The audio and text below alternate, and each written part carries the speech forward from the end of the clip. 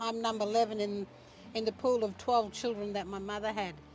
My family, my father came out from Timor first as part of the Dutch Merchant Navy, then came back as indentured labour in the pearling industry. So my family is pearling history. My brothers were also pearl divers, hence why my young brother was cremated and put to sea, and that was my thing as well, was being cremated and joining my dad and my brother eventually. But yeah, my family is an old Broome family, a mixture of Aboriginal and Asian. So with the fun, we're going back to 98 now.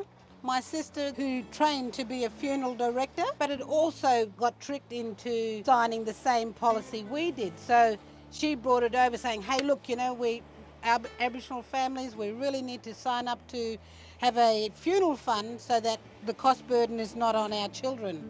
All right, sign me up. I've got 3 daughters, signed them up. So the other thing was, it was in Aboriginal colours, red, yellow and black. And then it said that it was Aboriginal owned.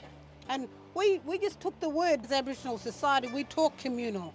We talk about the whole community. When I think about 20 years ago, I was a struggling single mother. Look, there were days when we didn't even have a 2-minute noodle in the cupboard. Saturday morning was an outing for me and my daughters.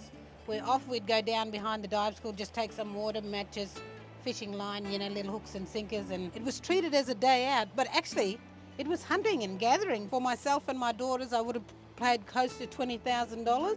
Something really needs to be done about those people. Just because we're these average little Australians, First Nation people, we're sort of just fobbed off. And look, what is also disheartening is that you get what you call those keyboard warriors that say, oh, the government's going to bail you out, the government will bail you.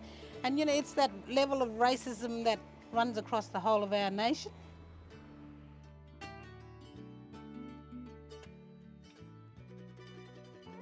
If the government knew about this 30 years ago, they have a degree of negligence, and they should be contributing something. They should foot the bill because they knew about it, and that's what we're saying about the negligence. Okay, let the government foot the bill. If they can foot the bill for the corporate, foot the bill for the everyday Australian.